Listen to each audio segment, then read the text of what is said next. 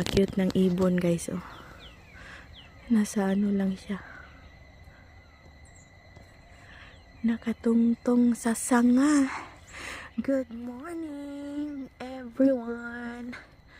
Happy Sunday morning. Yan si Birdie, oh. Nakatingin lang si Birdie. Dito kami ni Spencer galing nag-walking. Ano na talaga guys, spring is in the air na kasi nag-bloom na yung mga daffodils.